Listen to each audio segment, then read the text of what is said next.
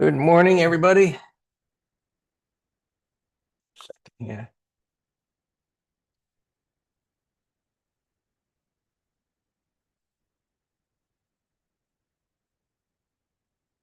Hi. So, big changes yesterday. We'll see how far they go, since nothing has been violated as far as the trend goes.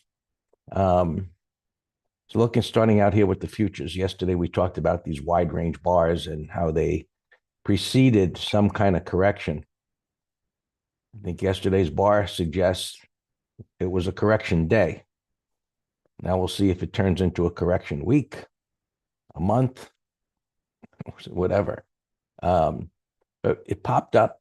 And you remember yesterday, of course, there was that strength on the news, and all of a sudden it began to collapse, and selling continued throughout the day. Where did it end? All you need to do is look to the left, and it filled the void, came down there, and began to, rattle around, and it just basically stayed down there throughout the day. Later in the afternoon, it looked like maybe it could pop up a little bit. There was an attempt which did not work out, which is clearly bearish. The selling continued.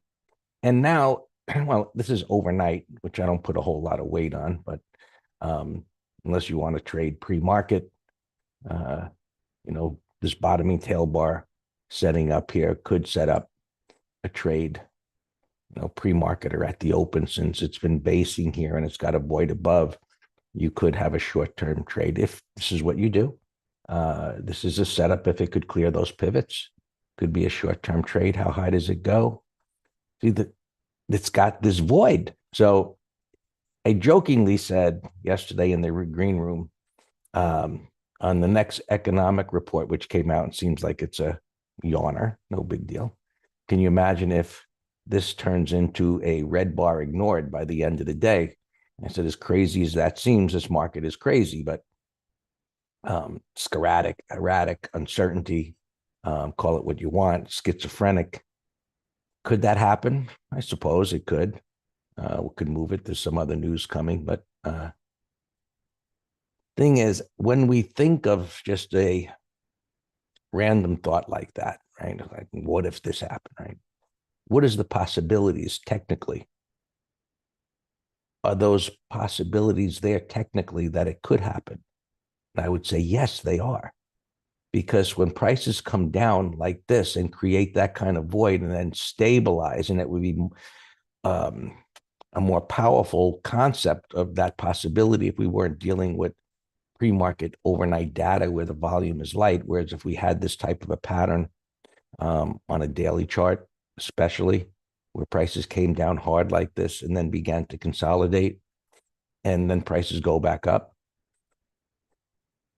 there is that possibility to go up because there's nothing to the left. There's no resistance. And so as traders, well, we're all traders, investors, whatever, but as human beings, right, that our brains are wired in similar ways, some a little bit different, like my partner Dan is a little different, humorous, fun, a little different. But generally, we think in similar ways in that we see from what we've learned, right? Oh, it was going up, and look at the big red candle. Okay, the big red candle says it's going to go lower.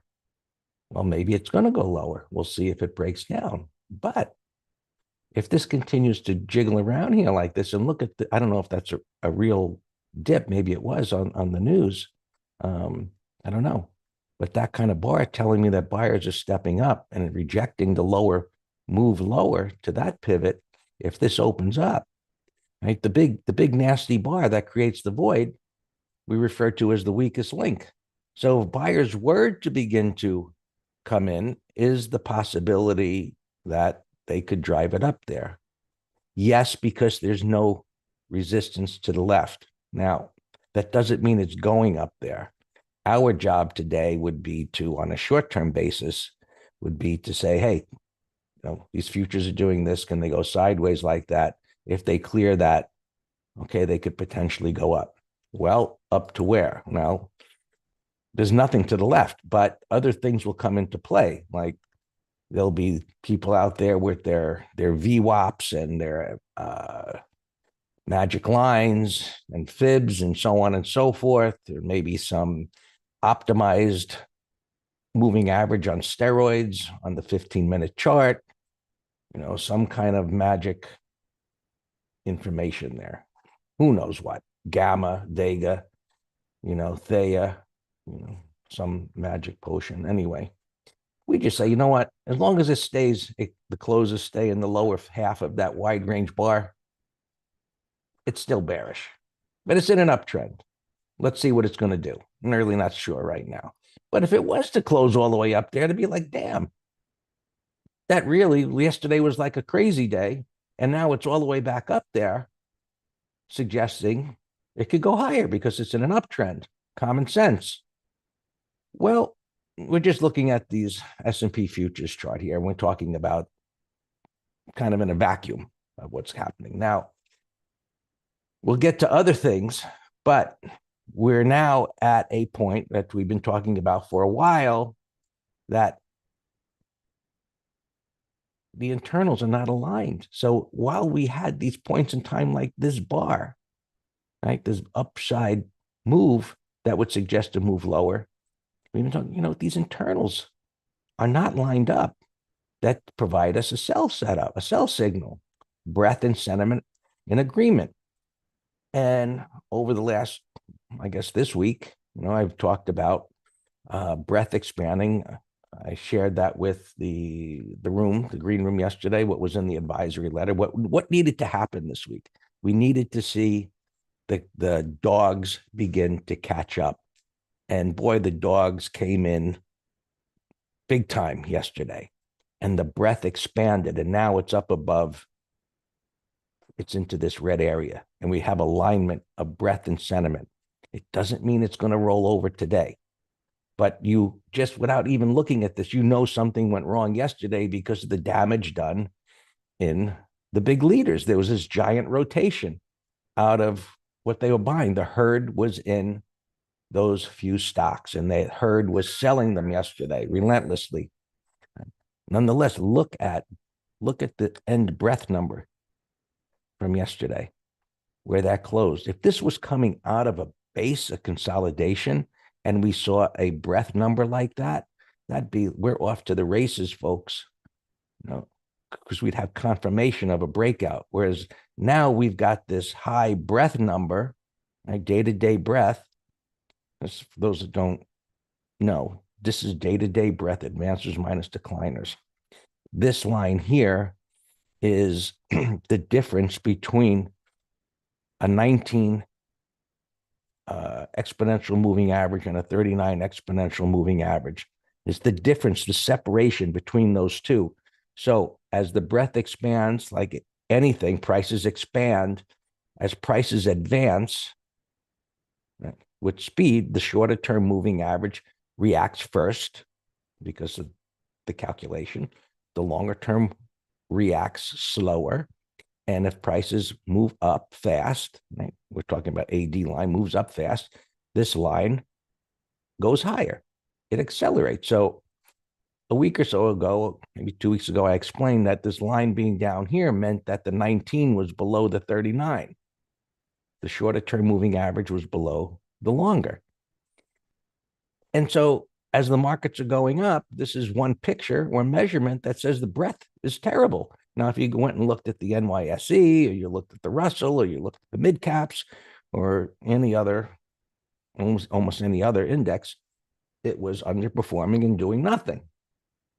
And now look at that, a spike up. I wish this was something that we would well, let me back up. Usually what you see historically, so for yourself in the future, typically what you see after a market correction is you have breadth down here like this. Sentiment would be down there as well.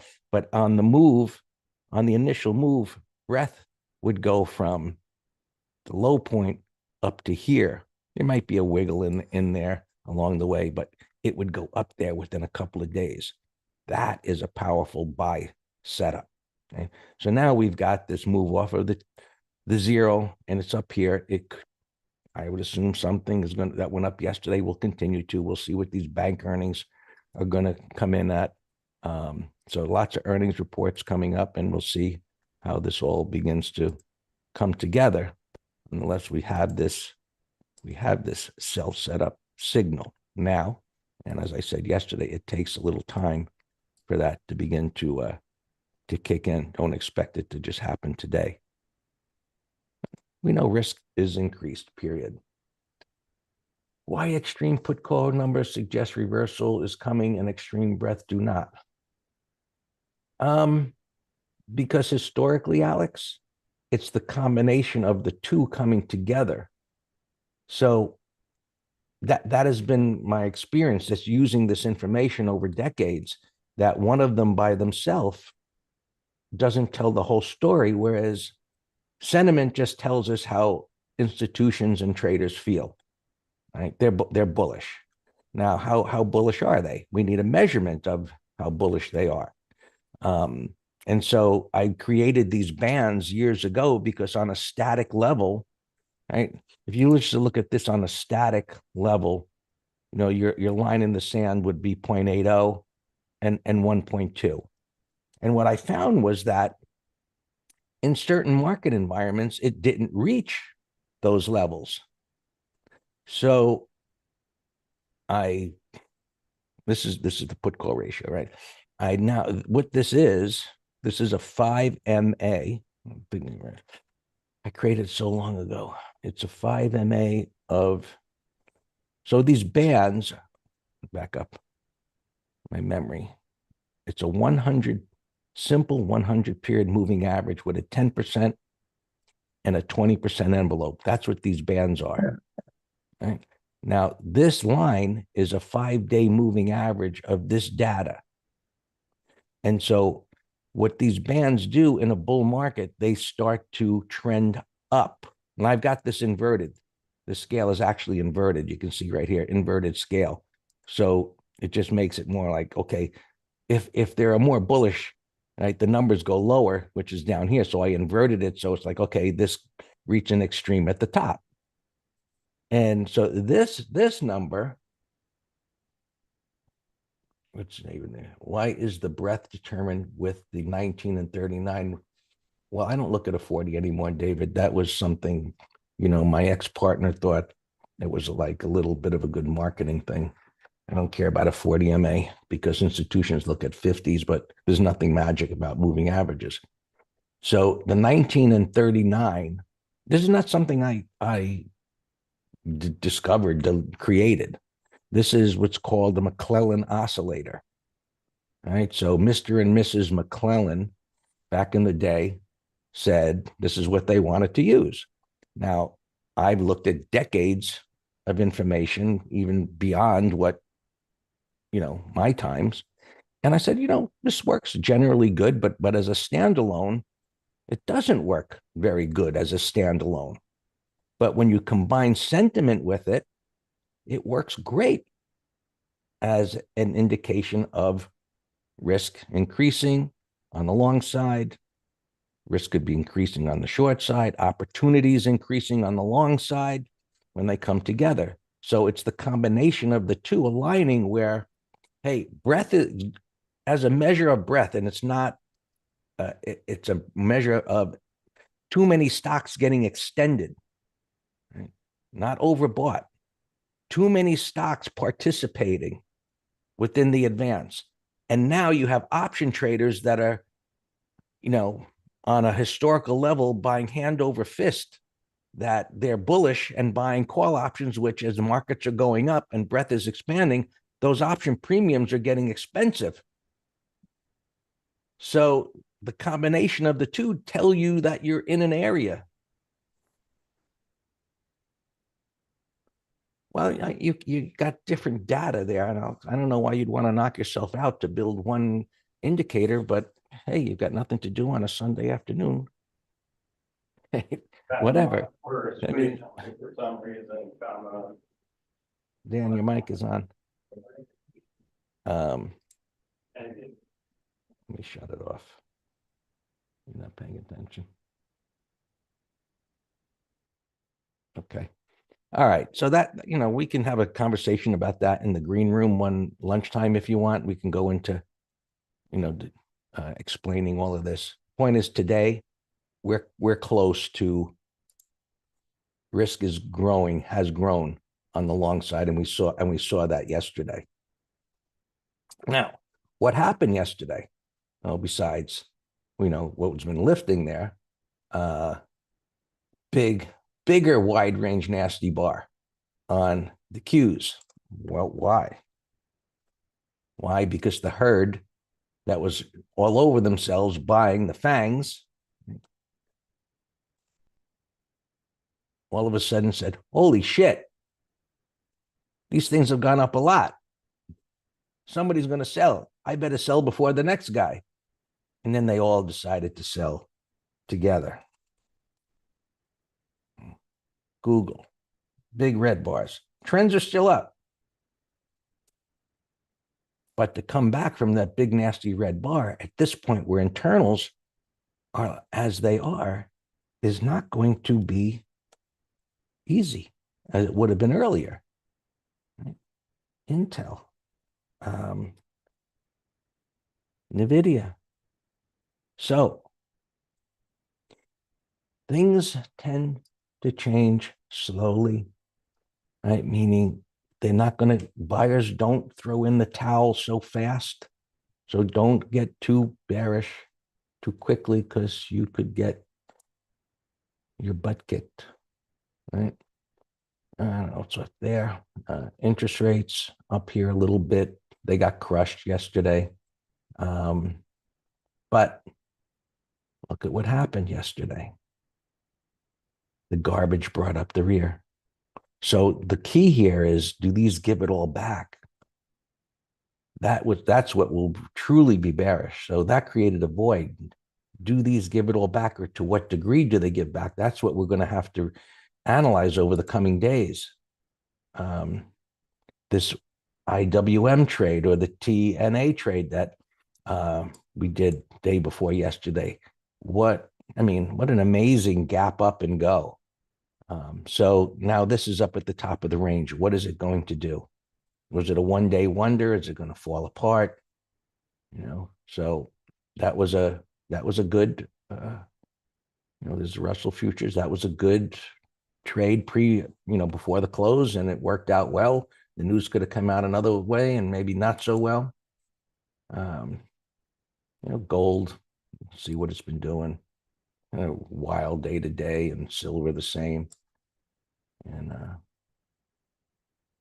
crude oil coming back up. So SPX today, look at the bottom number is right at yesterday's low. Seems kind of foolish. So clearly the top number is the one that you want to do. So I don't think it'll go back up there, but it's Friday. Maybe it's just best to leave it alone. Your choice. Other than that, I think we'll just see how today shakes out.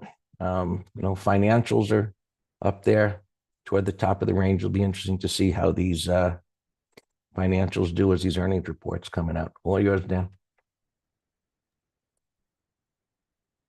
Good morning, sound check.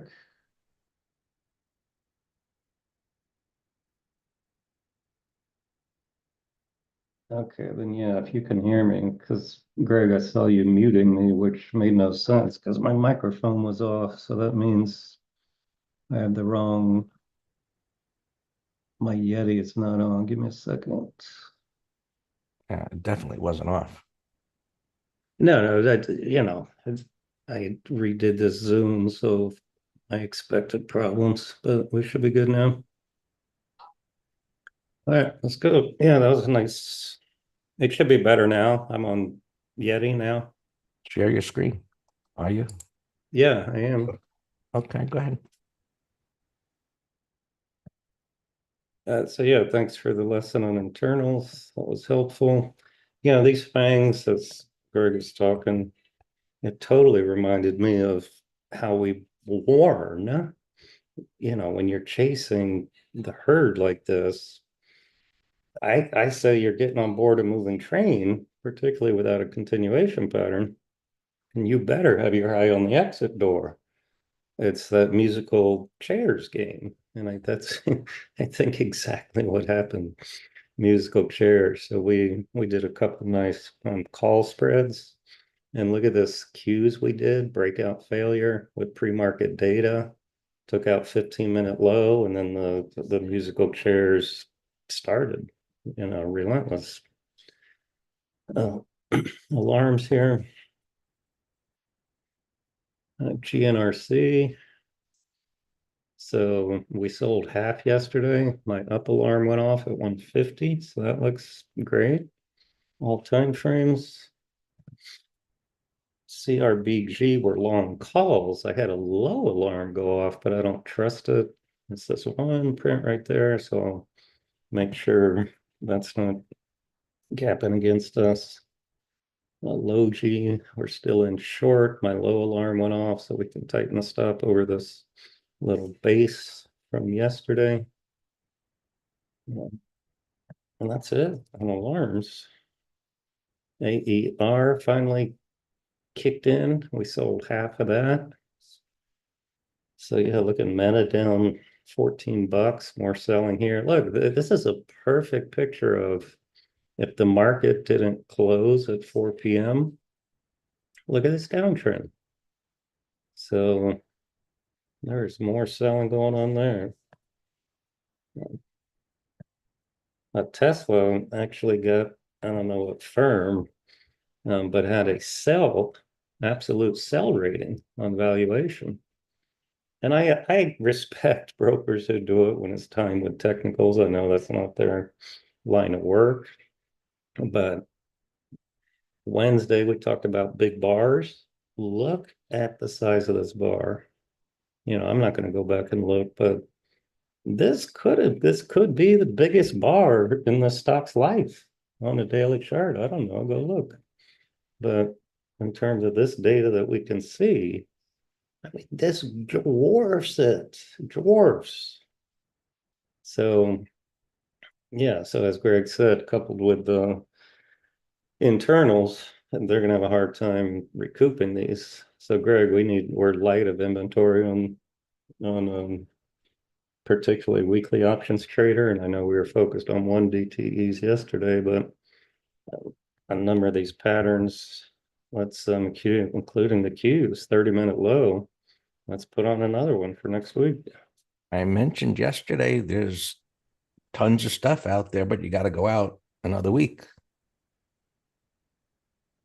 Yeah, I know there's tons of stuff. Like I just said, we're focused on one DTE, but yeah, it's not too late. So we do it today. All right. Earnings here. Vist was yesterday. I don't like things that have overlapping bars like this unless it's a put spread under Wednesday's low. JP Morgan was down more. Now it's just slopping around, no interest. Wells Fargo. Remember this was the bad boy of Wall Street for it had that reputation for like over 10 years. Like I think it's always gotten in trouble for bad business practices. And chart wise, it suggests they cleaned up their act. But today's today. What do we got? The nasty gap. That's gapping this prior low. I don't know what it'll do. We'll keep an eye on it. Could be a zero DTE put spread over the high. Oh, Charlie here. Up, down, no pattern. Bravo Kilo, nice closing breakout. So the bulls who bought ahead of earnings are getting paid nicely, but that's bullish, daily, weekly, monthly. So we did look for a put spread down here around the 50 MA and there was nothing. It's earnings season pretty much starts today with the banks. So we'll have more credit spread ideas through the quarter, but we didn't do any today. Fast, I said yesterday, potential bottoming pattern. Gapping up 67, nothing to do now. Eric, that could be a 30-minute high. That's not bad at all. I'll put that in a window.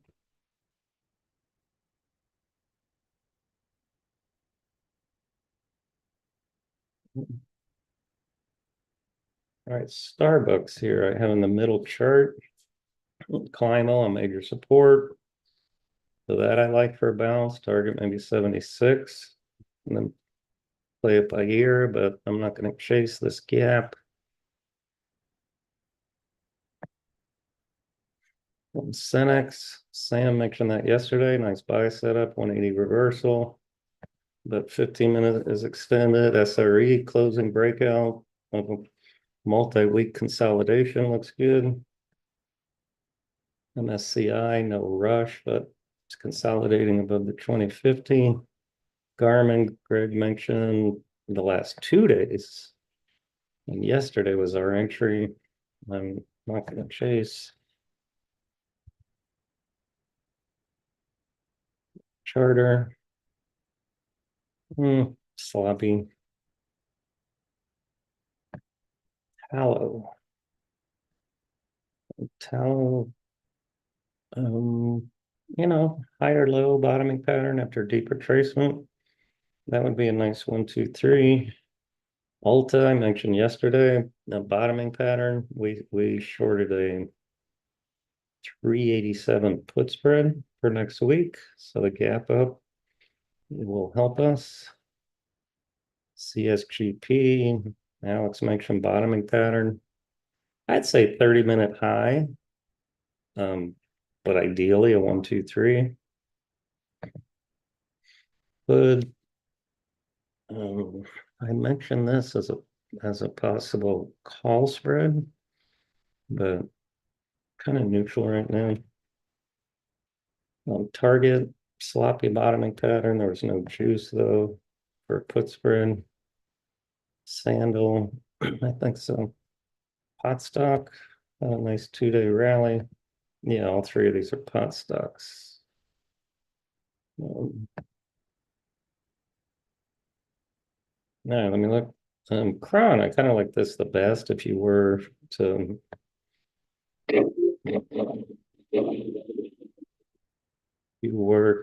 dare. Charter, inverse head and shoulder. Yeah, weekly. Yeah, totally agree. Totally agree. Yeah, totally agree on the weekly. Unless you point it out, I focus on the daily here. So I'll put it on the list. Delta 20, that's about fast. Yeah, I discussed that a moment ago. Bottoming pattern. Gap's too big for me. It's had a big run from $62. Just not my style unless it simmers down. When we get big gaps, um, kind of better waiting for the afternoon to get more confidence. All right, JP Morgan continuing to sell off here. That's an ugly gap. That's a call spread. Yesterday's high. Let me check the 210s for next week.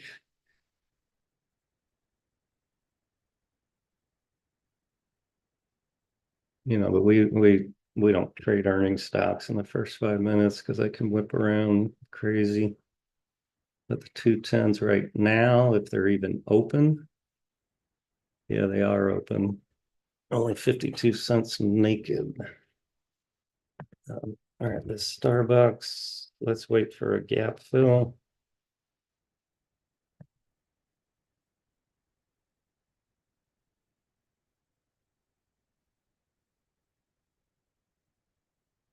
Alta alarm. Let me check where our put spread is now. This Eric watch is a watch I told you. Eric earnings. Alta 387.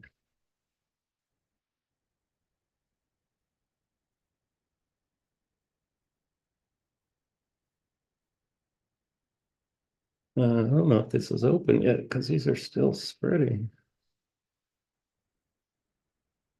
40 cents. We sold them for 62. I'm not sure.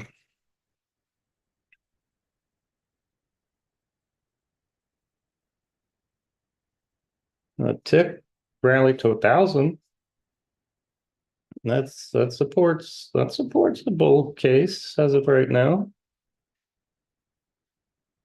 AD line gap down, but still gap down from a high level, and it's still 1,400. VIX is falling, yields flat. So just wait a few minutes. It'll also depend if we're day trading or swing trading.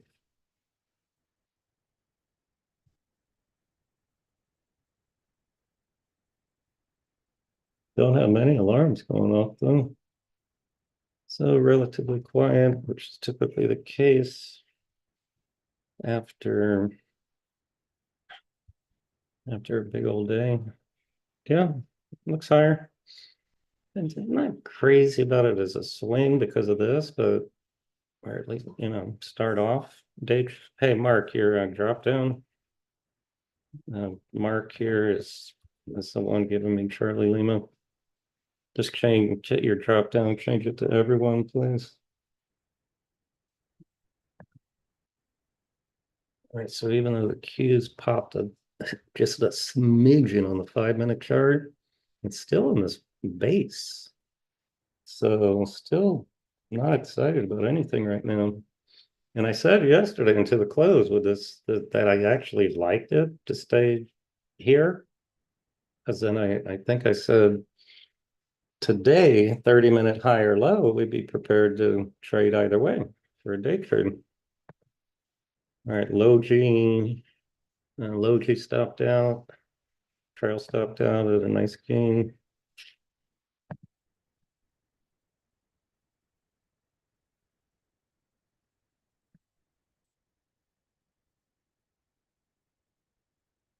So yeah, Citigroup, JP Morgan both came in.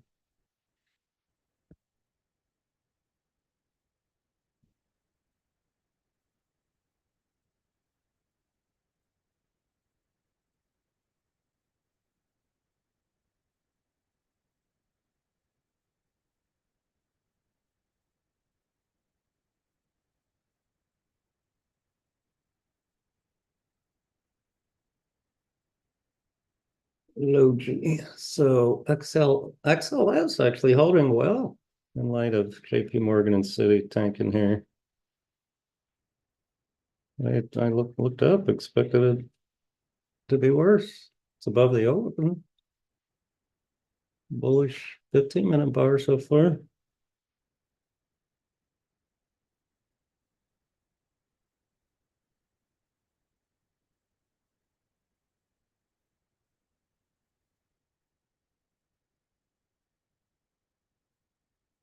Made 275 on low G. That's nice, easy trade.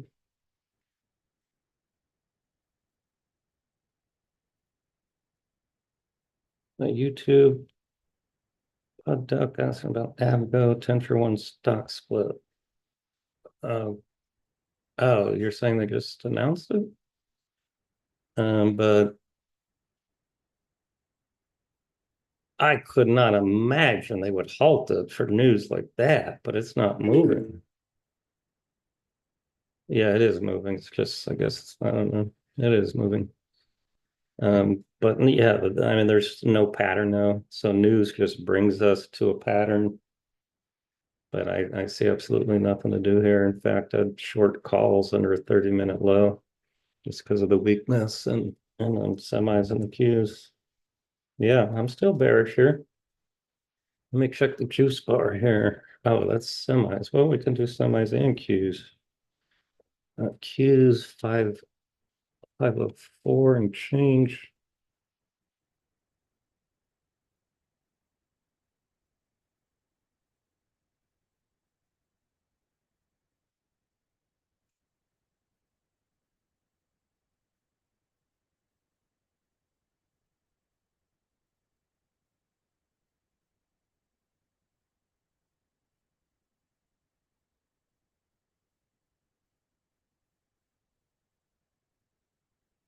Q's don't have as much juice. Shoot.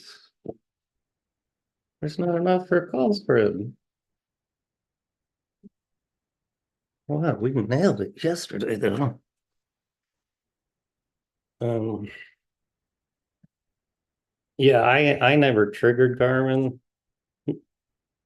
Um, but yeah, Greg mentioned it. I yeah, I have it there in the bottom right. Looks good. AER up alarm. Let's now move stop under here. 94, 93.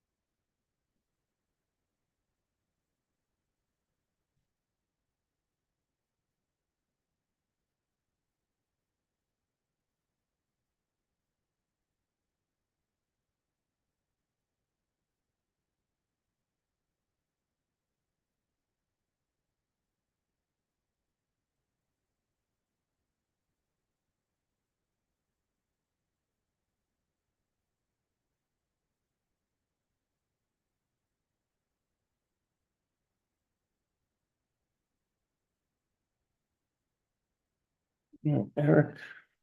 A little far from the 20. But Eric, look at the monthly. That's a monthly breakout.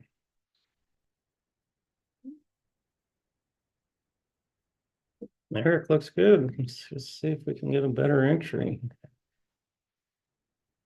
Wow, look at C. Just relentless selling here at the open. Now it's up at 68.50.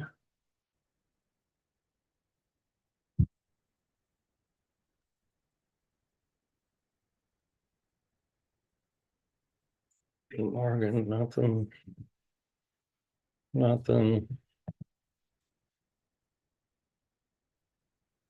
Burger King, the best. That had the best pattern too.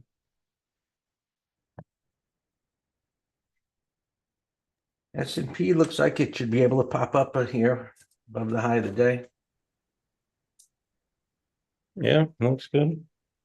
Yeah, that's the best horseman. Yeah. Qs should go up, but they're the weaker for sure. Mm-hmm. Yeah, that looks good for day trade. Let me check down 0DTE.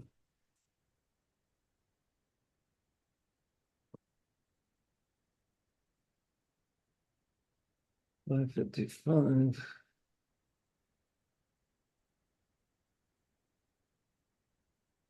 Yeah.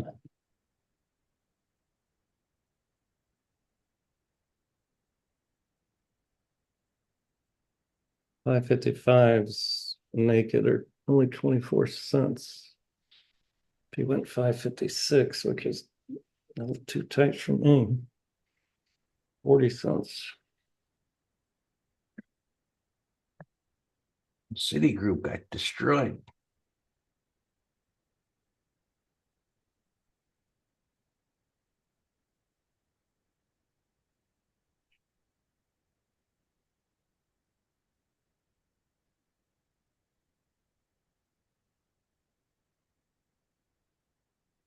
It's doing good today.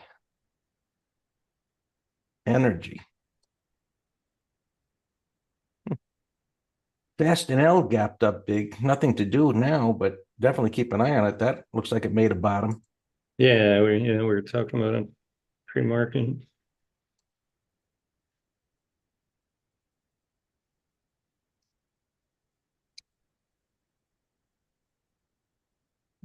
Day I mentioned yesterday, that's making a bottom, but we have to see what it does next week. Maybe you want to do a put spread on that at this premium.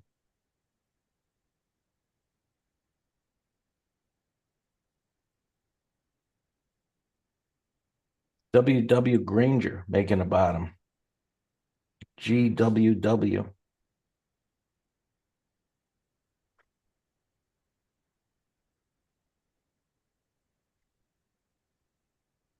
That looks, I don't like the unfilled gap, but this base suggests it'll go through it. I mean, if you,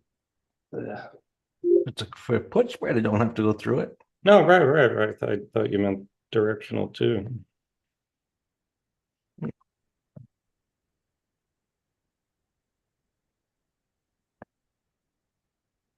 But I'll check. My recollection is he's spreading.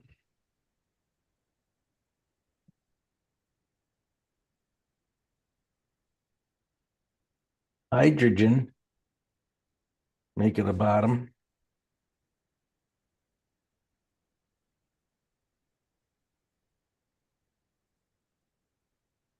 HYDR.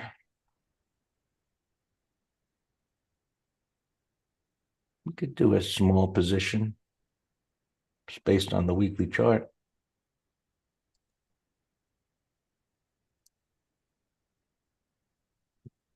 Your tan is making another attempt.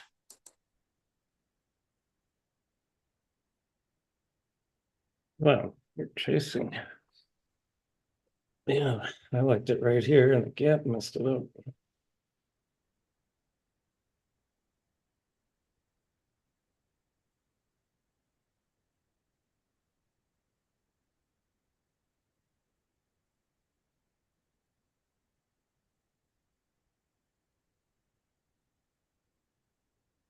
$8.90. Yeah, 30 cents by 370. That was my recollection on this guy. Transports, I like as a bottom. This would be a nice put spread. 64. 10 cents is all. Wow. That's for next week. VIX just bearish trading range. No fear.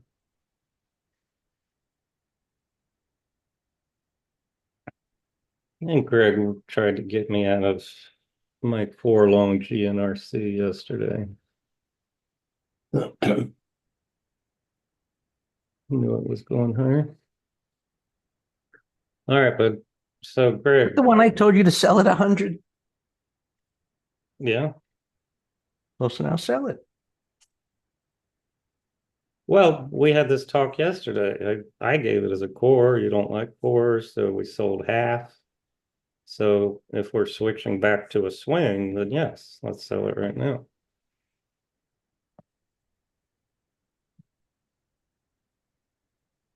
Because it's always the problem on cores. You got to sit through a pullback here.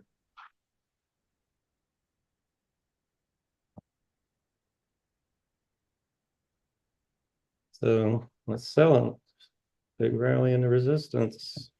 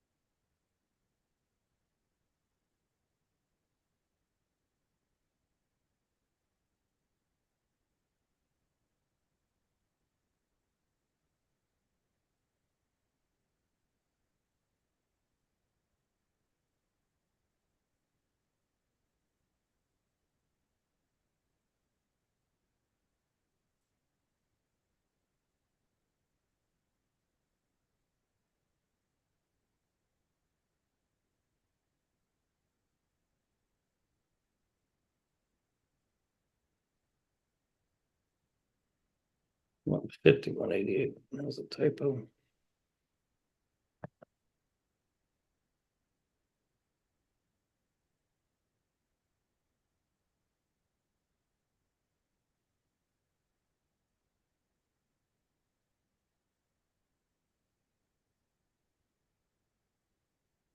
Oh, Greg, we've made another $7 plus GNRC holding it, only selling half. So that worked.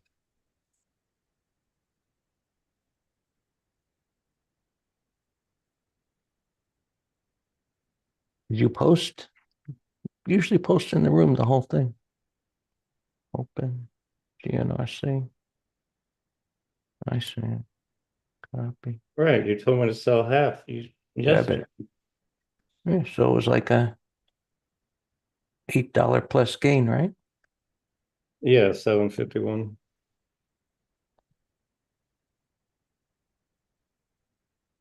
Yeah, no, Scott, it's typo. We're out 151.88.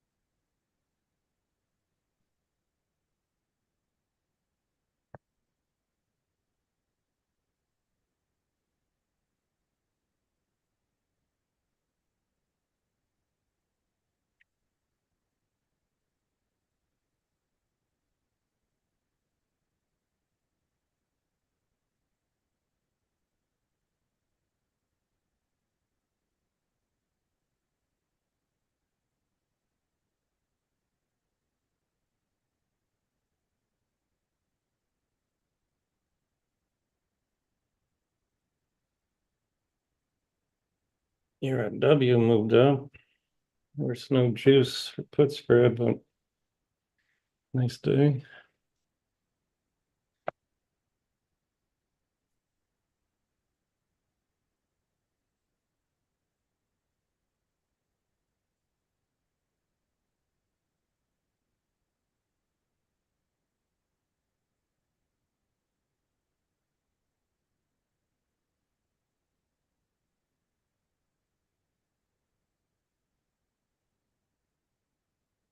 Yeah, hey Mark. Us too. Us too. It's just longs are two categories.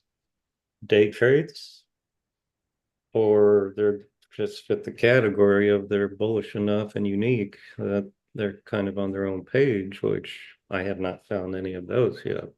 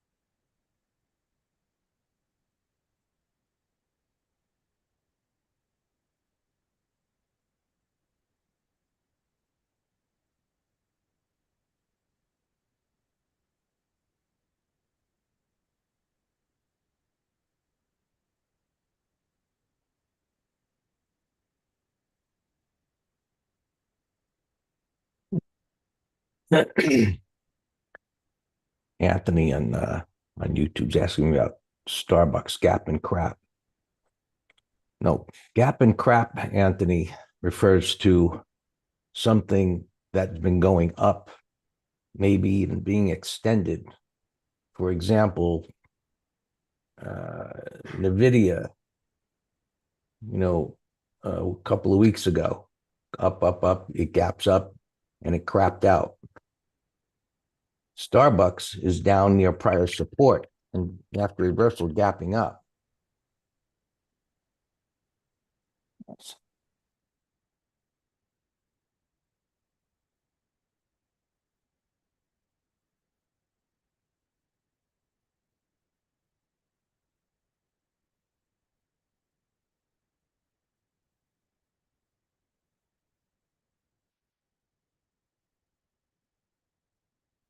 Well, Greg, I gave Starbucks long on a pullback into the gap fill. Do you want it or cancel it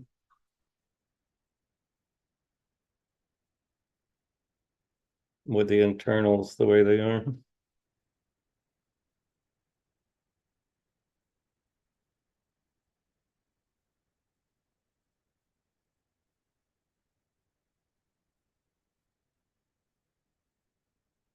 Is it going?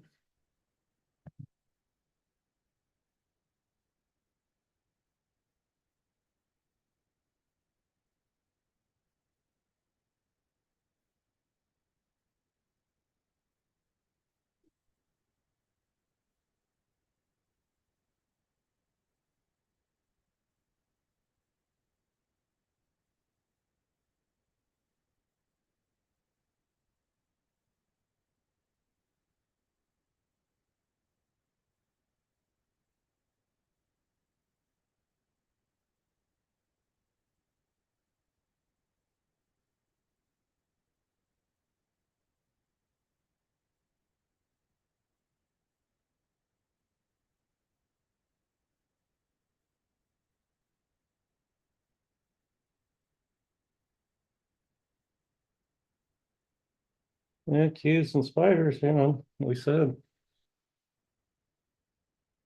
big trades on the breakout. But let's hold off on Starbucks. I'm just in no rush. And if the market does start selling off, like I don't see this going very far.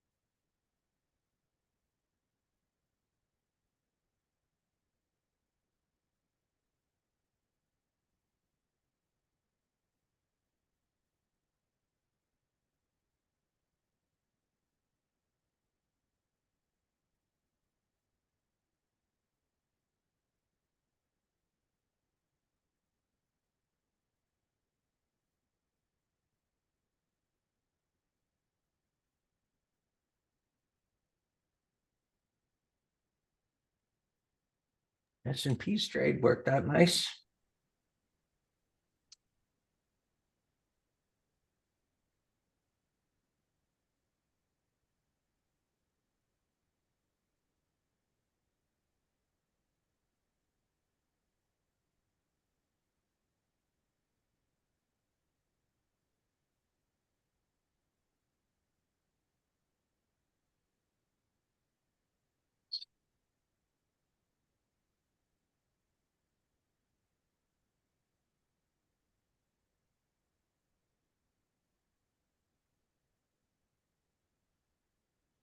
Yeah.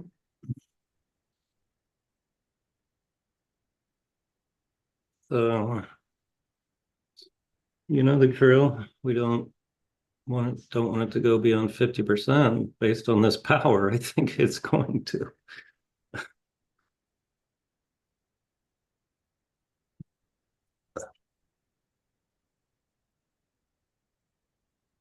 Wow, Home Depot's still powering housing stocks. Wow, what a monster move from here to here in 3 days. You see how we talk about bar by bar, you have to be able to change your opinion. We were talking about shorting DHI based on the weakness of that. Look at that. That's a sell setup that never triggered. Change your opinion. Didn't want to go down. And the scepter ripped. Why is Elsa dog? Whoa, Elsa. This thing coming back to life. It's one of these EV stocks. What about Ribbon? Um, we sold our Ribbon yesterday early. I had that as a core also.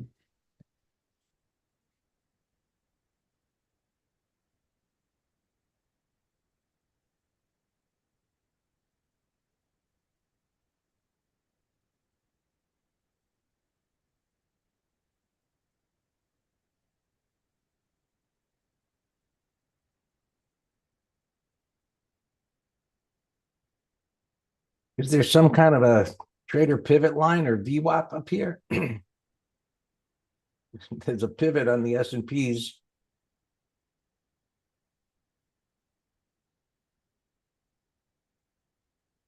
No tick extreme. Stalling near that pivot.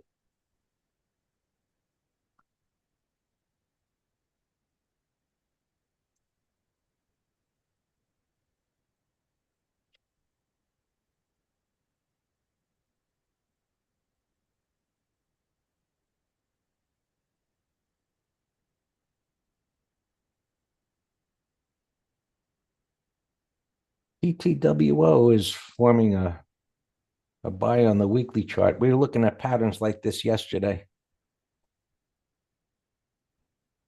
The day's not over, but it's a bottoming tail bar after a move up.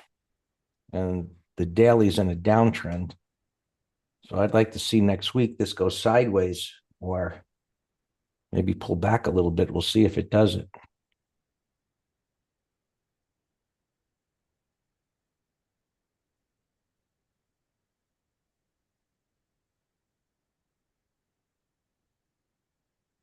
And what's the symbol? TTWO. E2. Oh, that's the one that burned us right here.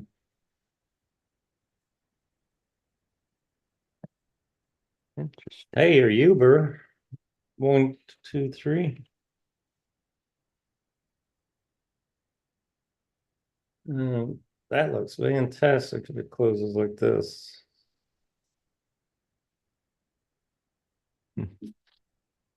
So both of our, I had to look on YouTube to see what was being shown because I put my charts up a little while ago, and I guess that made Zoom show mine. Yours is still up, and everybody in the room can still see yours. They can choose to see whoever they want. Yeah. I wasn't sure how it worked on the social media that it's streaming to, whether both they could see both or mine or yours, but I guess because mine came in afterwards, they see mine. Yeah, Greg, you just messed me up. Every time I type day into this daily chart, this is what it does. Wipes out my data. Every time. And I just forgot. You must have some kind of a shortcut for the letter D that does something. No, Alex said it happens to him too. Oh, really? Okay.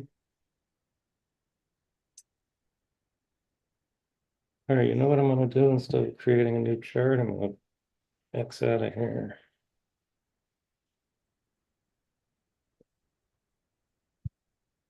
Just screenshot these stocks I got in here.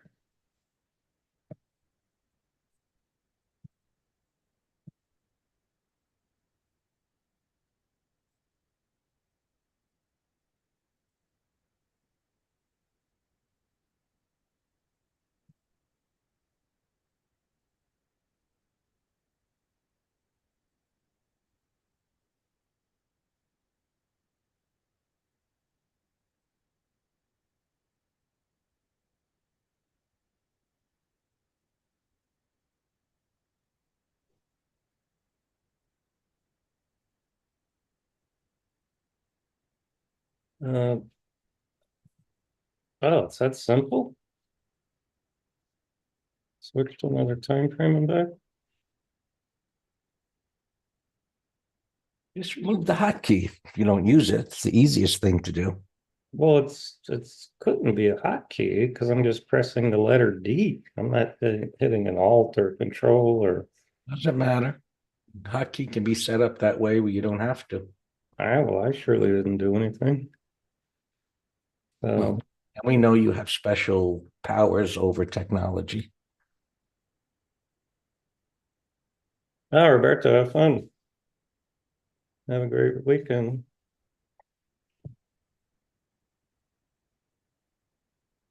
All right, so hotkeys, where would those be? Right here.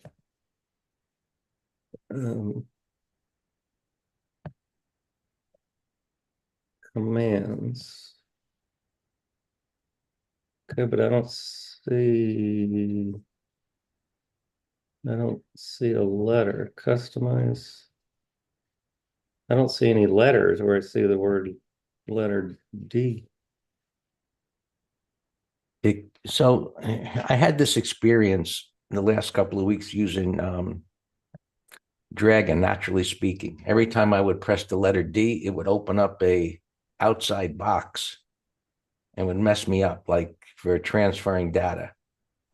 And so I went into the hotkeys, and there was a hotkey. Wasn't assigned to the letter D per se, but there was a D within it. So I just erased it.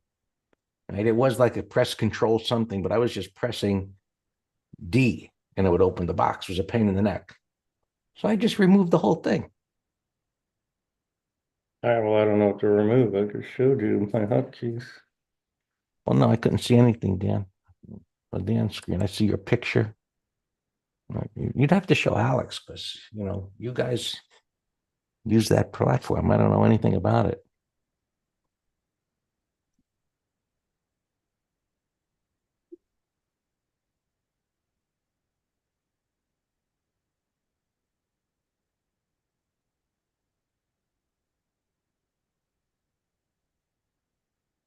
It's Eric, I said. I like the monthly and weekly breakout.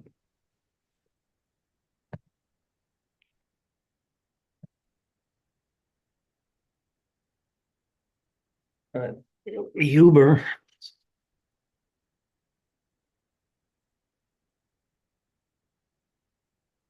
Yeah, your C Web, K Web kept going. And there's your card, Greg. I think we can wait till next week. That's what I'm thinking too. I'm in no rush. Got a rally into a nasty WRB. Exactly.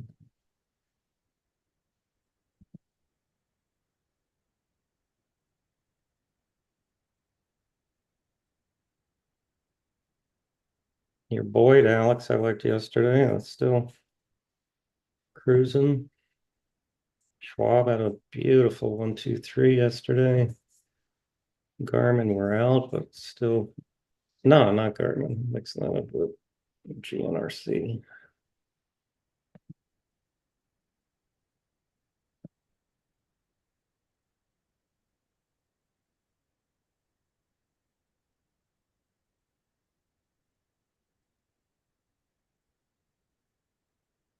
I've been using it for many years, Scott. It's improved over the years. I haven't upgraded to the latest, so whatever, because I don't know. It's on I think I don't want the one that I guess if you were going to buy it, you'd buy the most recent one. I'm on the 15 individual, something like that, but I love it. I mean, it doesn't take long to train it. You can fix some things, and so I've learned how to type a lot better than from years ago. But I really like it because I just sit there and once you organize your thoughts as to what you want to do, you just talk. And it's not 100% accurate, that's for sure. So you got to go in and fix things. But it's definitely a time saver. Even when if you got a lot of emails to do, you know. MU, Bear 123.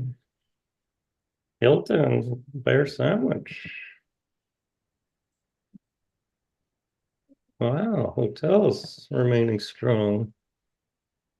You can use it in Word. Maybe if Word has a speech thing, what you mean, Sam? I'm not sure, but I mean it'll type. If I turned it on and connect and clicked on the chat room in Zooms, it would type. The thing is, it is a bit of a resource hog, meaning it's to run it, it can have an effect. So I wouldn't want it. I wouldn't use it while uh, Zoom and trading shit was open and all that.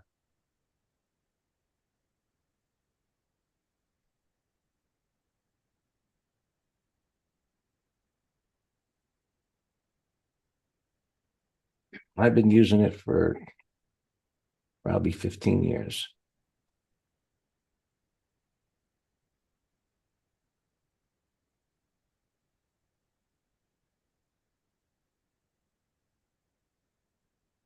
The Lazy Boy, we sold in the strength yesterday. It's still cruising. And Scott, I use that in combination with Grammatically. I think it's called Grammatically Speaking. That's an awesome platform too.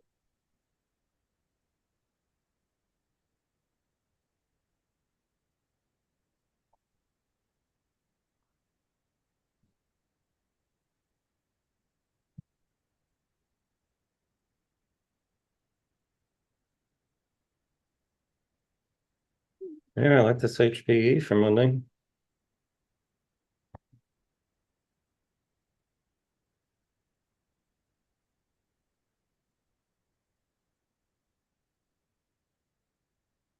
I was tempted to put this, Greg, in the weekend letter as an anticipatory bottoming pattern.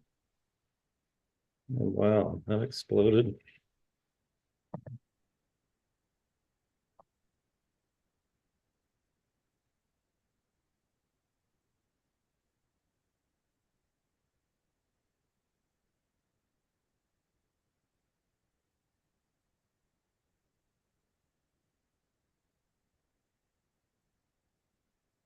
PME looks good for next week. AGO, we're in. Wow, I've cleaned out a ton of stuff here.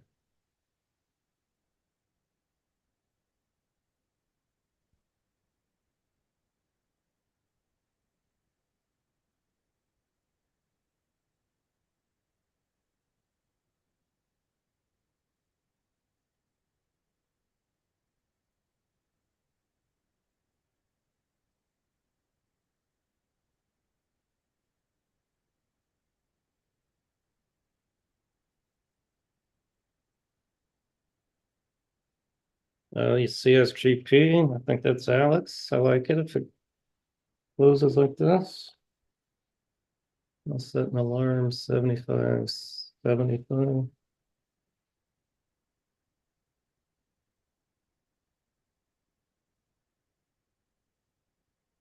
Yeah, that's right. So for day trading, Mark, you'd be selling in the strength right here. But you're right. We have, got to see where we close.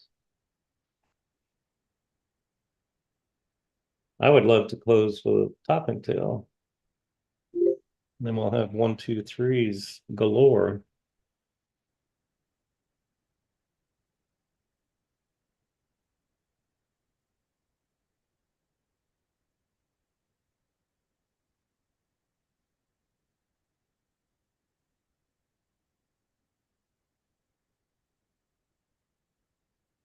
Yeah, hood,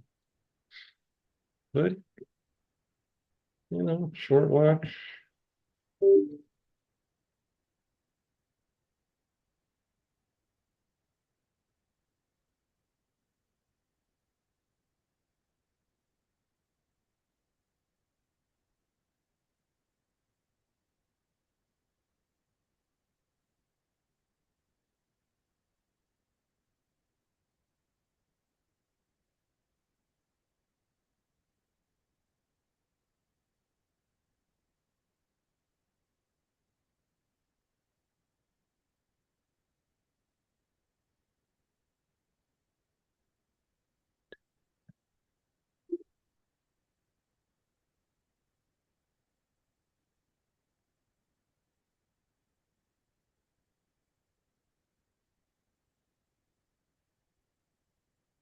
Carvana for next week.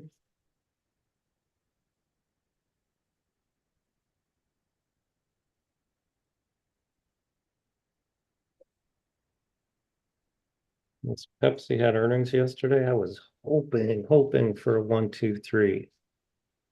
And I love these